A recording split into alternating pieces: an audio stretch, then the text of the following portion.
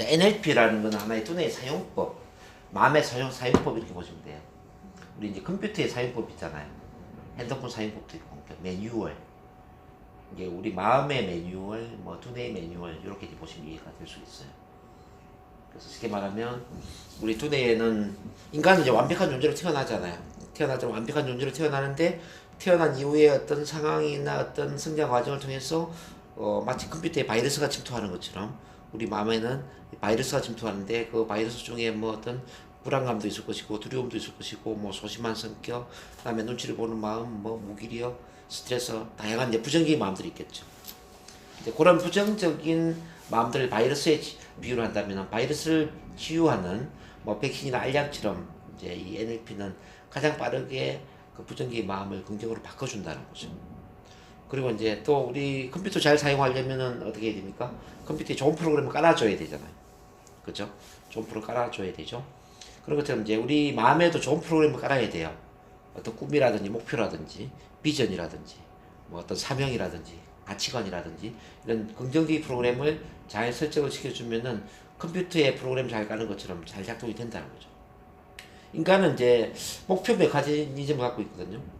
동물하고 인간이 다른 게 뭐냐면은 동물은 목표를 선택할 수 있는 힘이 없잖아요.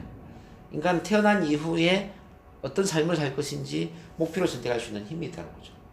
이 목표를 이제 선택을 해버리는 순간 우리는 이제 목표 추적 메커니즘이 작동이 되는데 마치 이제 이 목표 추적 메커니즘은 미사일과 같아요. 미사일의 이제 목표 지점을 설정해서 발사를 시키잖아요. 미사일은 그 목표 지점을 향해 날아가잖아요. 우리 인간 또한 목표를 설정을 해버리는 순간 그러니까 본능적으로 자동적으로 그 목표를 추구할 수 있는 그 본능적인 어떤 욕구를 느끼면서 행동을 하게 된다는 거죠. 근데 이제 그런 목표 추적 메커니즘을 갖고 있는데도 불구하고 우리가 목표를 설정하지 않잖아요. 그럼 어떻게 될까요? 미사일과 똑같은 거죠. 발사하지 않는 미사일, 이제 고철 덩어리와 똑같은 거죠. 그런 점에서 이제 이 NLP는 부정적인 어떤 프로그램을 다 지워버리고 목표와 같은 이제 긍정적인 메커니즘을 제대로 이제 설정시켜주는 그런 역할을 하는 게 이제 NLP다. 이렇게 그래서 NLP를 제대로 활용하면 우리는 두뇌를 잘 사용할 수 있죠. 근데 지금까지 근데 이 두뇌는 내 것임에도 불구하고 사람들이 이 두뇌를 잘 사용을 못했어요. 왜냐하면 매뉴얼이 없었기 때문에.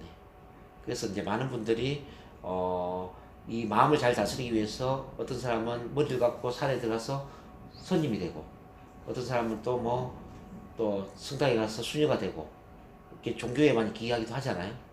근데 이제 종교에 들어간 모든 사람이 다 깨닫고 이렇게 뭐 마음의 평안을 누리는 건 아니잖아요.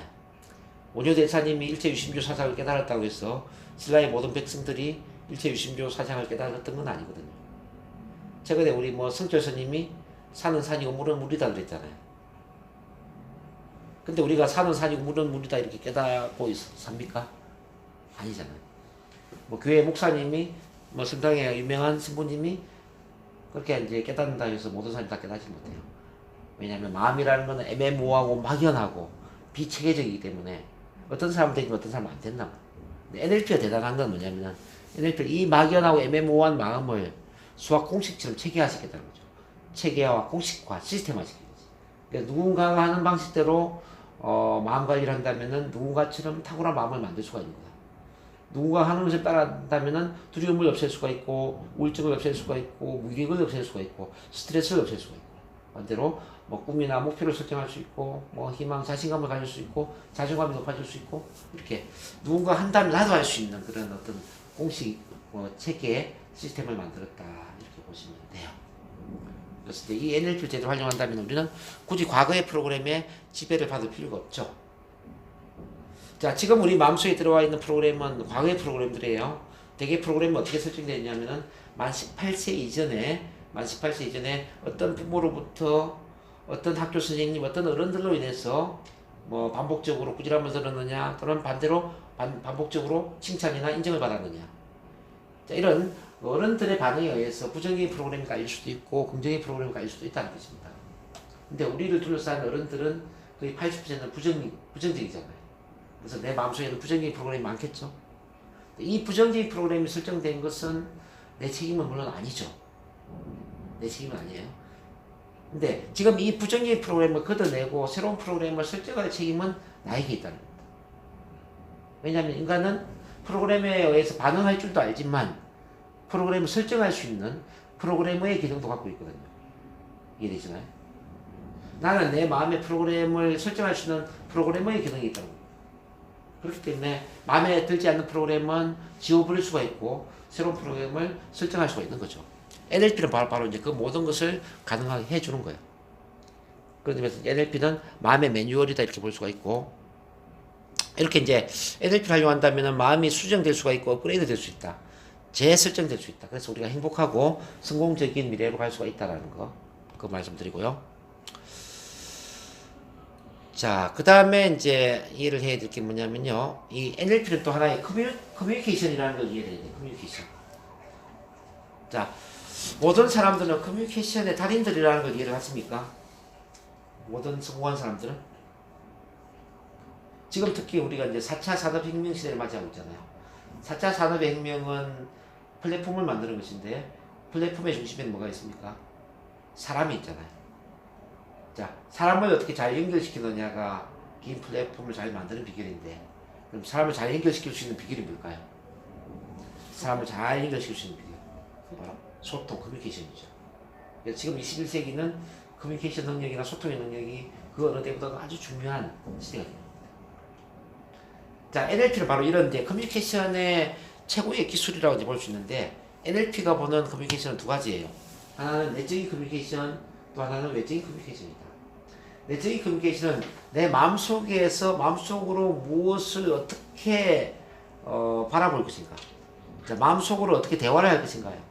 무엇을 상상하고, 마음속으로 무엇을 상상하고 어떤 소리를 듣고 어떤 느낌을 느낄 것인가. 마음속에 이제 상상력을 어떻게 활용할 것인가, 이 문제죠. 자, 이 마음의 이제 대화의 언어는 뭐냐면은 오감이라는 겁니다. 오감. 시각, 청각, 신체 감각, 후각, 미각. 우리가 마음속에 상상할 때 시각적으로 어떤 이미지를 연상하고, 청각적으로 어떤 소리를 듣고, 신체 감각적으로 어떤 느낌을 느끼죠. 그죠?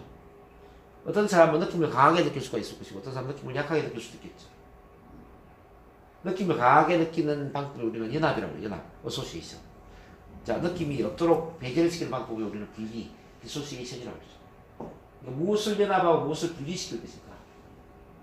어떤 것의 감정을 강하게 느끼게 만들고 어떤 것은 감정을 배제를 시킬 것인가 라는 거죠.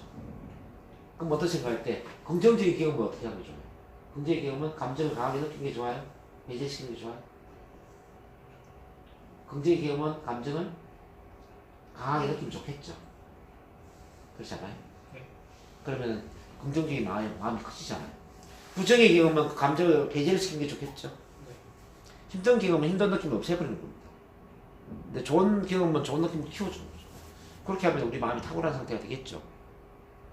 그래서 과거의 어떤 사건이나 경험이나 지금 현재의 상황이 많이 힘들다 하더라도 그 힘든 느낌을 느끼지 않는 쪽으로, 대수롭지 않은 쪽으로 없애버리면 좋다 말이에요. 그리고 이제 과거에 좋았던 일이나 뭐 자신감이 넘쳤던 경험이나 성공했던 경험이나 긍정의 경험은 느낌을 강하게 키워주면서 그 느낌을 탁월한 느낌으로 만드는 거죠. 그 마음이 탁월한 상태가 되지 않겠습니까? 그 미래에 대해서도 마찬가지예요. 미래에 이제 이루고자 하는 어떤 꿈이나 목표나 비전은 아주 강하게 느끼도록 현실감 있게 상상하게 만드는 거죠. 자, 미래를 생생하게 상상할 수 있다면 그 미래는 반드시 이루어진다라고 그래요. 그래서 우리는 이제 이 상상력이라는 도구를 통해서 어떻게 나 자신과 커뮤니케이션을 할 것인가, 그런 게 중요하다. 오감하려고. 두 번째는 뭐냐면은 현재의 어떤 상황이나 과거의 사건 경험을 어떤 관점으로 바라볼 때 관점상의 문제거든요. 아까 우리 감사일기 이야기했잖아요. 모든 걸 감사의 경험으로 봤다는 얘기입니다. 감사. 우리가 이제 미래가 달라지려면은 내 삶에서 일어나는 모든 사건 경험, 현재의 상황을 감사의 경험으로 바라봐야 되거든요. 자, 우리는 그 사람의 사고방식을 보면 미래를 알 수 있어요. 어떤 것에 대해서 이유 변명을 대고 불평, 불만을 일삼고 원망을 하고 짜증을 내는 사람, 이 사람 절대 성공할 수가 없어요. 그 사람이 아무리 힘든 일이 있고 아무리 시련, 고통, 장애물에 직면했다 하더라도 그런 걸 감사하게 받아들이고 긍정적으로 이겨내려고 하잖아요. 이 사람은 미래가 달라지죠. 그래서 그 사람이 세상을 어떻게 바라보고 있느냐는 참 중요하다. 그러면서 이제 우리 삶에서 일어나는 모든 문제는 그럴 만한 이유와 목적이 있다는 걸 아셔야 돼요. 모든 문제는 그럴 만한 이유와 목적이 있다. 내가 사업에 실패한 것도 그럴 만한 이유와 목적이 있는 겁니다. 나한테 실현 장애물이 닥친 것도 그럴 만한 이유와 목적이 있는 거고, 내 몸에 병이 생긴 것도 그럴 만한 이유와 목적이 있다는 거죠. 이건 긍정적인 거죠.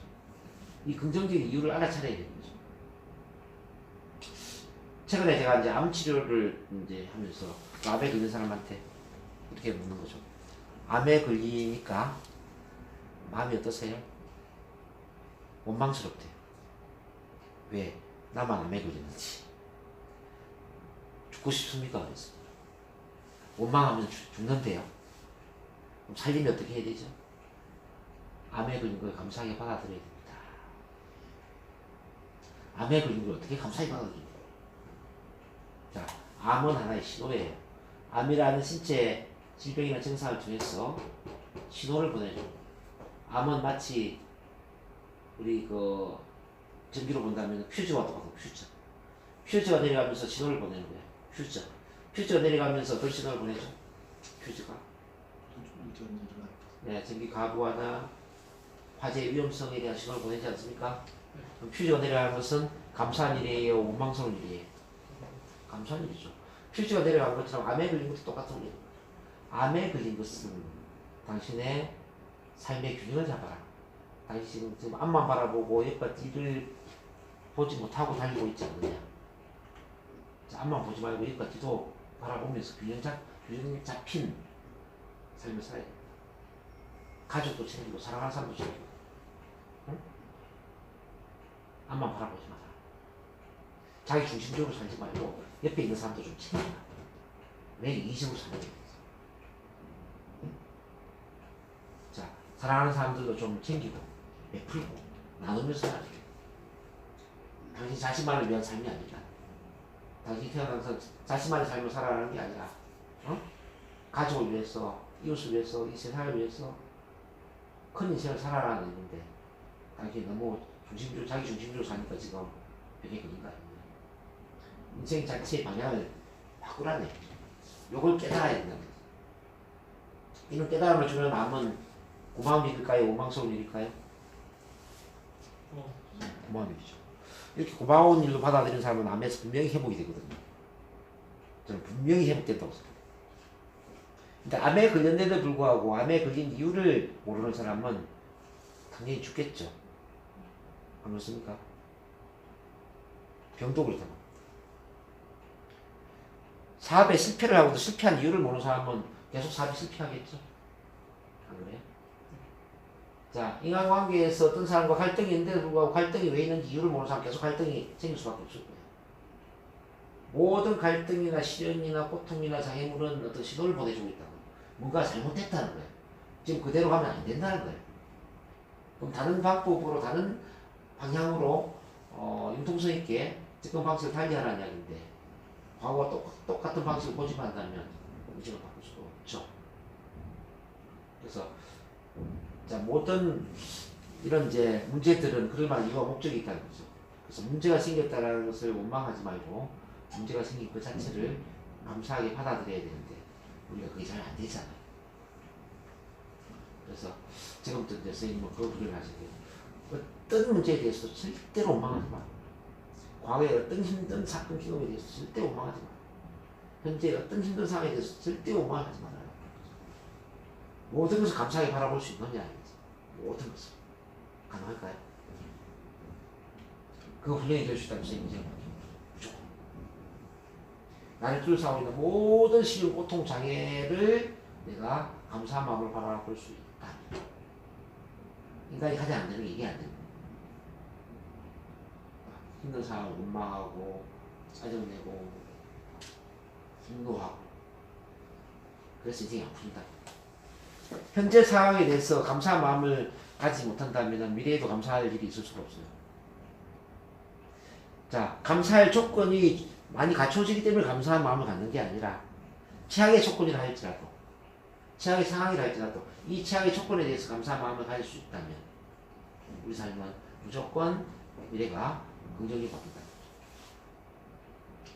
그래서 어떤 치료나 고통 장애물은 자기 정체성을 시험받는 시기이기도 하고요. 가치관을 시험받는 시기이기도 하고 자기 어떤 마인드를 시험받는 시기이기도 해요. 정말 이렇게 고통스러운 데도 이 사람이 긍정적으로 생각할 수 있느냐, 이렇게 힘든 시련 장애물 속에서도 이 사람이 자기 정체성을 잃어버리지 않고 자기 가야 될 인생의 길을 제대로 갈 수 있느냐 이런 거죠. 자기 가치관을 추구할 수 있느냐, 이걸 시험받는 거죠. 그래서 그 시험대를 잘 이겨내잖아요. 그럼 그 다음에는 인생이 2배, 3배 행복한 쪽으로 가죠. 근데 그게 좌절해버리거나 원망하거나 화를 내거나 짜증을 내면은 그 시험대를 통과를 못하는 거잖아요. 안 그래? 그런 점에서 우리 삶에서 문제는 원래 없는 거예요. 내가 문제라고 생각하는 마음이 있을 뿐이죠. 모든 문제는 내가 더 나아질 수 있는 기회를 제공하기 때문에 그건 문제가 아니에요. 그래서 삶은 풀어야 할 문제가 아니라, 삶은 풀어야 할 문제가 아니라 체험해야 될 신비로운 과정입니다. 체험해야 될 신비로운 과정입니다. 자, 그 문제를 체험함으로써 뭔가를 깨닫고 성장할 수 있는 그런 신비로운 과정이라는 거죠. 이걸 선생님이 어떻게 빨리 받아들일 수 있느냐에 따라서 이제 인생은 달라질 수 있는데, 오늘 제 이 이야기에서 느낌이 있다면은 바로 변화를 하죠. 근데 첫날 조건이 바른 것 같아요. 쉽지가 않는데. 아니, 비슷한 내용을 들었던 적이 있어요. 누구한테 들었습니까? 그 자기개발 훈련 많이 받으신 분이 이런 비슷한 얘기를 네. 들은 적이 있어요. 아, 그래요? 대단합니다. 저는 이걸 나이가 거의 50이 다 돼서 깨닫는 거예요. 저는 20대, 30대는 이런 걸 몰랐어요.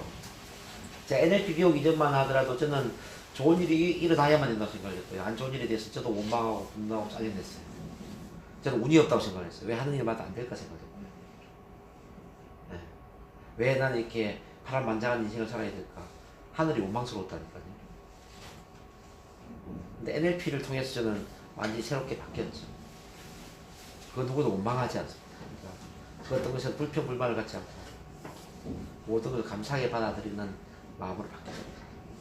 모든 게 이렇게 하면은 좀 이건 거짓말일 수도 있지만 거의 완벽할 정도로 이제는 모든 걸 감사하게 바라보죠. 제가 생각해도 이게 신기할 정도로. 그러니까 이제 모르겠어요. 제가 상황은 옛날보다 힘들어질 수도 있지만요. 마음은 옛날처럼 힘들지가 않아요. 그러니까 도를 통한 거죠. 어쨌든 초점이 뭔지 아시겠습니까? 모든 것을 감사한 마인드로 바라봐. 좋은 것은 좋은 대로 좋은 것이다. 좋은 것은 좋은 대로 감사한 일이다. 안 좋은 것은 안 좋은 대로 감사한 일이다. 이거 이해됩니까? 마음의 38선을 없애버리는 겁니다. 많은 사람들이 불행한 이유는 좋은 것은 감사한 일일 수도 있지만 안 좋은 것은 감사한 일이 아니다라고 생각하잖아요. 마음의 38선을 갖고 있다는 거지. 좋은 것과 안 좋은 것을 구분을 하고 있는 거죠. 내가 행복하기 위해서는 이런 조건이 갖춰져야 돼라고 자기가 조건을 다는 겁니다. 이런 조건이 없다면 나는 행복할 수가 없다라고 생각해요. 스스로. 그게 아니고 행복은 그런 조건이 아니고요. 행복은 내 마음 안에 있는 거예요. 자, 좋은 것은 좋은 대로 내한테 행복의 조건이에요. 안 좋은 건 안 좋은 대로 또 행복의 조건이에요. 그러면은 이렇게 또 질문할 수 있어요. 나를 해코지 하는 사람들은 어떤 사람인데? 악인들, 지금 말하는 악인, 피해를 주는 사람들. 그 사람들까지도 내가 고맙게 생각해야 되냐? 예, 맞아요. 고맙게 생각해요. 이 세상에는 어떤 악인도 어떤 피해자도 있을 수가 없어요. 악인의 모습을 하는 사람들은 우리 이제 군대로 보면 빨간 모자 있잖아요. 빨간 모자. 조교들. 빨간 모자 쓰고 막 을차려주고 막 기합 주고 하는 사람 있잖아요. 그런 역할을 하는 거예요. 근데 군대 훈련소에서 빨간 모자가 없으면 훈련이 됩니까? 안 되죠.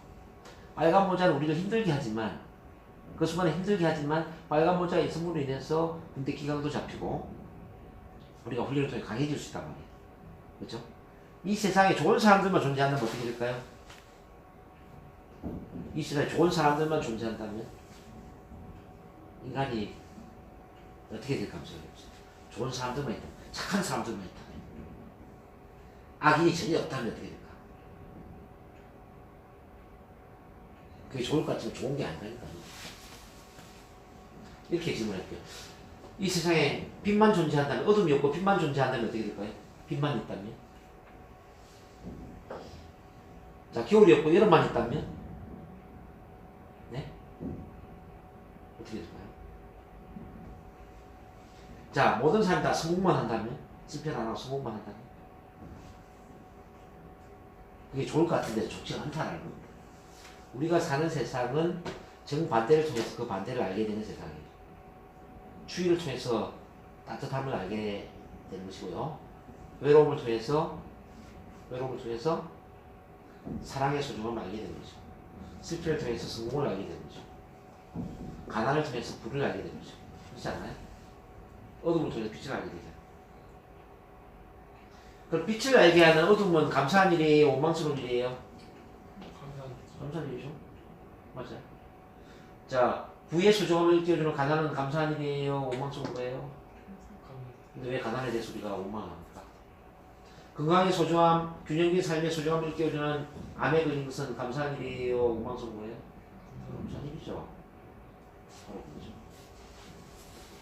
그래서 좋은 능력과 안 좋은 능력을 다 사랑해야 된다는 거지. 마음에 산발성 긋지 말아야 돼. 오늘 이제 우리 세 분 선생님들이 마음에 산발성이 없어질 수 있다면 뭐 제가 1차 성공에 NLP는 마음의 산발성을 없애는 과정이다 이거죠.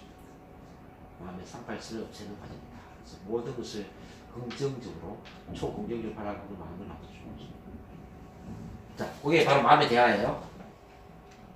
근데 성인들, 예수님이나 부처님과 같은 성인들은 이미 그렇게 마음의 산발성을 다 없앴고요.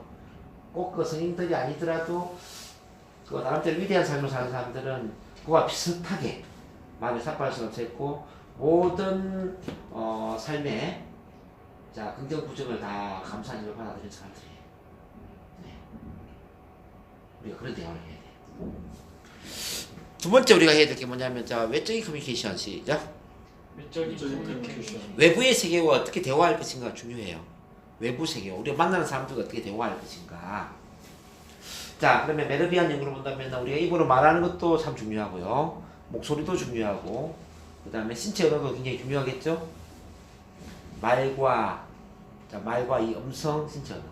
근데 말이 7%, 음성 언어가 38%, 신체 언어가 55% 영향을 준다고 그래요. 근데 이제 말의 내용은 의식 차원의 커뮤니케이션이라면은 신체 언어나 음성 언어는 무의식 차원의 커뮤니케이션이라는 거죠. 그런 점에서 우리는 커뮤니케이션을 하지 않을 수 없다라고 그래요. 여러분들이 입을 꼭 다물고 있지만 지금 눈빛으로 이야기하고 있고 표정으로 이야기하고 있고 몸의 동작으로 이야기를 하고 있는 거죠. 맞습니까? 그래서 어떤 사람과 대화할 때 어떤 사람이 말을 하다가 가만히 이렇게 있어요. 그렇지만 그 사람은 몸으로 대화를 하고 있는 거죠. 또 분위기, 느낌으로 대화를 하고 있는 거죠. 근데 가장 고난도의 대화는 몸으로 하는 대화다. 그래서 93%의 이 비언어적인 커뮤니케이션을 어떻게 활용하느냐 참 중요하다. 우리가 사람의 마음을 움직이는 것도 같은 원리입니다. 입으로 말만 잘하면 말을 잘하는 거지만은 그게 아니라는 거죠. 처음 만날 때 악수를 어떻게 하고 어떻게 눈을 마주치고 어떤 표정을 연출하면서 어떤 분위기 속에서 우리가 함께 존재하느냐 그 또한 중요하죠. 오늘 어때요? 불편합니까? 편안합니까? 편한. 네. 저는 이제 주로 처음 보는 것도 그냥 뭐 한 10년 만난 사람쯤 제가 돼요. 그래서 그냥 같이 자 그리고 이제 그 사람을 움직이려면은 자 우리는 반드시 페이싱과 리딩의 개념을 이해해야 돼요. 페이싱 충분히 보조를 맞추고 그러면서 리딩 이끌기를 해야 된다는 거죠. 페이싱 리딩 사람은 가슴속에 뭐가 있냐면요 이해받고 싶은 욕구가 있어요. 모든 사람은 사랑이 부족해요. 모든 사람. 그래서 왼쪽 가슴에 보면 나는 이해받고 싶어요. 인정받고 싶어요. 사랑받고 싶어요. 저를 공감해 주었으면 좋겠어요. 제 마음을 알아주세요. 그런 마음들이 있다는 거죠. 근데 이 마음을 알아주면은 마음이 열리는 거예요. 근데 이 마음을 외면해버리잖아요. 그럼 마음이 닫혀진다는 거죠. 그래서 자, 사람을 만나면 반드시 먼저 그 사람을 이해하고 나중에 이해를 시키는 쪽으로 가야 돼요. 먼저 이해하고 나중에 이해시킨다. 근데 우리는 먼저 이해하기보다는 먼저 이해를 시키려고 그러잖아요. 내 마음이 급하잖아요. 상대방 입장을 배려하기보다는 내 입장이 더 중요하잖아요. 그래서 입장 바꿔 생각하는 게 참 중요하다. 먼저 상대방 입장에 공감을 해줘야 됩니다. 그래서 먼저 페이싱을 하는 이유가 그럽니다. 충분히 페이싱을 통해서 맞추기를 하다 보면은 마음이 열리겠죠. 마음이 열리는 걸 우리는 레포라고 그래요. 레포 형성되었다. 마음이 열린 상태에서 내가 이끌잖아요. 리딩을 하잖아요. 그러면 원하는 쪽으로 가겠죠. 원하는 성과가 만들어집니다. 마치 이제 자석이 철을 이끌다고 생각해 볼게요. 자석이 철을 이제 끌고 가려면 우선 철 가까이 다가가겠죠. 자석이 철 가까이 다가가서 자기장 안에 철을 집어넣는 거예요. 그러니까 피싱을 하는 거예요. 그러니까 자석 안에 철이 들어왔다. 이건 레포 형성이 된 거죠. 지금. 영양권 안에 들어왔습니다. 그리고 이제 자석이 원하는 쪽 이동을 하면, 이끌기를 하면 철을 데려가는 거죠. 철을 옮겨가는 거죠. 그래서 어떤 사람과 대화를 할 때 우리는 반드시 그 사람과 맞추기를 해야 돼요. 그 맞추기는 말의 내용도 중요하고, 자 목소리 톤이라든지 말하는 속도라든지 억양이라든지 이런 것도 맞춰야 돼요. 그 다음에 눈빛, 표정, 자세, 몸 동작 이런 거 다 맞춰야 돼요. 이렇게 이제 충분히 맞추다 보면 사람들은 편안해지고 마음의 문이 열리고 믿음직하게 오시면 돼요. 그 사람 말을 듣고 싶은 상태가 되죠. 그때는 리딩, 이끌기를 하고 그럼 잘 들어오죠. 이렇게 이제 외적인 커뮤니케이션을 잘 해야 됩니다. NLP에서 이렇게 이제 레포라든지 또는 어떤 이끌기에 있어서 이제 메타 모델, 밀턴 모델, 체면적인 언어화법 그런 것들이 이제 다 구성이 되어 있습니다. 그런 걸 배우다 보면은 언어의 기시가 될 수 있어요. 언어의 마술사. 그럼 이 NLP를 통해서 우리가 뭘 할 것인가를 어떤 변화를 할 것인가를 이제 생각을 해봐야 돼요. 자, 기본적으로 한 7가지 정도로 변화를 할 수가 있는데 요까지 빨리 정리하고 제가 마칠게요. 자, 1번. 자, 감정을 정복하라. 시작. 감정을 정복하라. 자, 내 감정이 탁월한 상태가 되면은 얼마나 좋겠습니까? 네, 때때로 내 마음이 우울해지고 불안하고 소심하고 그게 문제잖아요, 그죠? 근데 이 감정 중에서도 가장 무거운 감정이 뭐냐면 이제 정서라고 하는 거예요. 부정적 정서. 예를 들면 우울증, 불안증, 공포증, 공황장애 이런 이런 거 들어가는 거 있잖아요. 이런 건 무거운 감정이거든요. 이 무거운 감정들은 대개는 잠재의식 차원에 무의식 차원에 각인되어 있기 때문에 이 무거운 감정을 바꾸는 게 쉽지가 않아요. 그래서 이 무거운 감정 가능하면은 이제 체면이나 NLP 기법을 써야만 가능하다. 혹시 그런 게 있나요? 제가 이야기하는 우울증, 불안증, 공포증, 공황장애, 불면, 과식, 폭식 이런 건 없을 것 같고 내 마음대로 안 되는 감정 있나요? 가끔 생길 때가 있죠. 어떤 감정이죠? 그 감정 이름을 붙인다면? 회사에서 업무 때문에 짜증이 날 때가 좀 많이 있고요. 아, 짜죠. 네. 통제가 안 됩니까?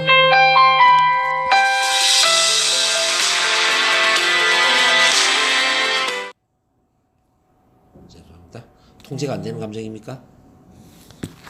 짜증이 난다는 것 자체가 통제가 안 되는 거 아닌가요? 아니요, 내가 의식적으로 노력하면 조절이 될 수 있는 부분이 있고 의식적으로 노력해도 안 되는 부분이 있을 수 있거든요. 나도 모르게 짜증이 난다 이겁니까? 네, 그렇죠. 나도 모르게? 그러면 그런 무거운 감정이에요. 그러면 약간 그 화병의 일종인데 억압된 응어리가 많이 있다는 이야기잖아요. 어릴 때 좀 순하게 착하게 살았나요? 네, 착하게 살았어요. 그 어른들 앞에서 내 표현을 많이 못했나요? 네, 내성적인 성격이라. 그런 거가 응어리가 많이 있겠네. 이제 그런 걸 이제 우리는 무거운 감정 증서라고 하는 거죠. 그걸 이제 해소를 해야죠. NLP는 이제 그런 역할을 하고요. 그런 무거운 감정 없애는 치료법들이 많이 있어요. 분리기법들, 킥기법들, 시간선 치료 이런 게 이제 다 무거운 감정 없애주고 있다. 그 다음에 제한적 믿음을 변화시켜라. 시작. 제한적 믿음을 변화시켜라. 제한적 믿음에 뭐냐면 무력감, 남들은 할 수 있지만 나는 할 수 없다라는 게 있죠. 할 수 없다라는 믿음을 할 수 있다는 쪽으로 바꿔야 되고요. 그 다음에 무가치감, 자기를 가치 없는 존재로 보는 사람 있죠. 나는 부족하다, 나는 1등한 존재다, 나 같은 게 뭘 성공해, 자기를 막 깔아뭉개는 이런 마음들이 있고, 이런 것들 이제 가치 있는 존재로 이제 다시 바꿔줘야 돼요. 그 다음에 절망감, 내 인생 끝났다, 이제 남아있는 게 없다라고 생각하는 마음 있죠. 이 절망을 희망으로 바꿔보죠. 그런 것들이 이제 NLP도 훈련되는 거죠. 그리고 선생님한테 가장 중요한 건데 이제 한 방향으로 자기 정렬을 하시. 그죠? 한 방향으로 자기 정렬하라. 이 자기 정렬이 참 중요한데 이거는 뭐냐면 영성 차원의 삶의 목적을 발견해야 되고 내가 왜 태어났는지 죽을 때까지 무엇을 이루면서 살 것인지 삶의 목적 비전이 나와야 되고요. 그 정체성 차원의 내가 누구인지 어떤 사명을 실현해야 되는지 나의核心 대상이 누구인지 그런 이제 사명에 대한 관문이 나와야 되죠. 정체성에. 그러니까 가치 신념 차원의 내가 왜 그 비전 사명을 이루고자 하는지 어떤 대의명분 어떤 가치관 정립이 되어야 된다. 그리고 능력 차원의 그런 비전 사명을 이루기 위해서 내가 어떤 능력을 갖춰야 되는지 어떤 핵심 역량을 개발해야 되는지에 대한 능력 개발에 대한 어떤 관점. 그다음 행동 차원의 어떤 프로젝트 어떤 프로젝트를 가지고 내가 지금 당장 행동을 실행할 것인가에 대한 거죠. 마지막에 환경 차원의 그걸 언제 어디서 누구랑 같이 할 것인가. 이렇게 이제 영성, 정체성, 가치, 신념, 능력, 행동, 환경까지 쭉 정렬이 돼야 되죠. 그러면은 중심이 잡히죠. 우리가 힘든 이유는 중심이 안 잡혀서 그렇거든요. 중심이 잡힌 사람만큼 강한 사람은 없어요. 강한 사람은 성격이 활달하고 외향적인 사람이 아니고 중심이 잡힌 사람, 자기 정렬이 되어 있어요. 자기 정렬이 되어 있는 사람은 뭐 대통령 앞에 가더라도 국회의원 앞에 가더라도 당당하죠. 옛날 사육신은 그 단종 포기 운동을 하면서 능지수참을 당하더라도 당당하게 죽잖아요. 그런 게 이제 자기 중심입니다. 그래서 이제 우리 선생님한테 이제 그게 좀 필요할 것 같아요. 삶의 목적이 뭔지, 그죠? 사명이 뭔지, 내 인생의 가치관, 그걸 위해서 내가 어떤 능력, 핵심 역량을 개발해야 돼요. 그걸 위해서 내가 지금 어떤 프로젝트를 가지고 행동을 할 것인가, 그 언제 어디서 누구랑 같이 할 것인가, 이게 쭉 정렬이 돼야 되는 거죠. 오케이. 네. 그걸 이제 해야 되고요. 그다음 4번에 원하지 않는 것이 아니라 원하는 것에 집중하라. 시작. 원하지 않는 것이 아니라 원하는 것에 집중하라. 원하지 않는 걸 문제라고 해요. 문제에 집착하지 말고 원하는 어떤 비전이나 꿈에 집중을 해야 된다. 많은 사람들이 문제를 극복하기 위한 쪽에 인생을 낭비를 해요. 문제 극복, 문제 회피 이런 것은 문제를 끌어당길 수밖에 없어요. 그래서 뭔가를 피하고 뭔가를 극복하기 위한 인생이 아니라 뭔가를 이루기 위한 인생을 살아야 된다. 이루기 위해. 자, 빚을 갚으려고 하면은 빚을 갚는 게 쉬워지는 게 아니라 빚을 갚으려고 노력하면 빚이 늘어날 수밖에 없다는 겁니다. 빚을 갚기 위한 인생보다는 예를 들어서 어떤 투자를 하거나 어떤 사업을 하거나 어떤 아이템을 개발해서 꿈을 실현하는 쪽에 집중하는 게 더 중요하다는 거죠.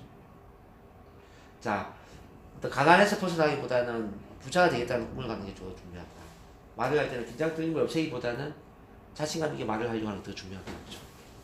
이게 똑같은 것 같은데 이게 다릅니다. 이게 우리 잠재의식은 부정을 인식하지 못해요. 부정을. 긴장하지 않겠다 하면은 긴장에 집중을 해버린다. 자, 빚을 갚겠다 생각하잖아요. 빚에 집중을 해요. 빚을 갚으려고 하면은 빚을 잊어버리는 게 더 낫죠. 빚을 뛰어넘는 더 큰 생각을 해버려요. 살을 빼겠다 하면은 살찌는 생각을 하잖아요. 살이 더 찌는 거죠. 살을 빼겠다가 아니라 날씬한 사람이 되겠다. 이렇게 가야 되겠죠. 담배를 끊겠다 보다는 뭐가 좋겠습니까? 담배를 끊겠다 보다는 금연가가 돼서 맑은 공기만 마시겠다. 이렇게 긍정적인 쪽으로 가야 됩니다. 그래서 문제 중심이 아니라 원하는 중심으로 사고 패턴이 바뀌어야 된다. NLP를 하다 보면 이제 그렇게 바뀌게 됩니다. 그 다음 인간관계 정보, 커뮤니케이션 정보는 앞서 제가 정리를 해줬죠. 요 이제 페이싱과 리딩의 원칙들, 래퍼를 어떻게 행사할 것인가.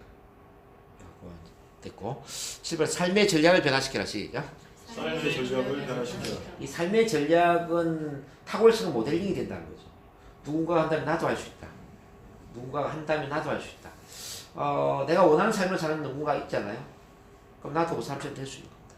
누군가 부자가 되었다면 나도 부자가 될 수 있다. 누군가 자신감 있다면 나도 자신감을 키울 수가 있다는 거죠. 그래서 역할 모델을 찾는 게 참 중요해요. 내가 원하는 걸 먼저 이룬 사람이 바로 역할 모델이거든요. 그 역할 모델의 어떤 특징들이나 전략을 개발해서 그 사람이 어떻게 그렇게 내가 원하는 모습으로 성공을 했는지 그런 것들을 내가 아는 거죠. 그래서 그 사람처럼 따라하는 거죠. 그러면 나도 가능해요. 이 모든 걸 가능하게 하는 게 이제 NLP라고 하는 겁니다.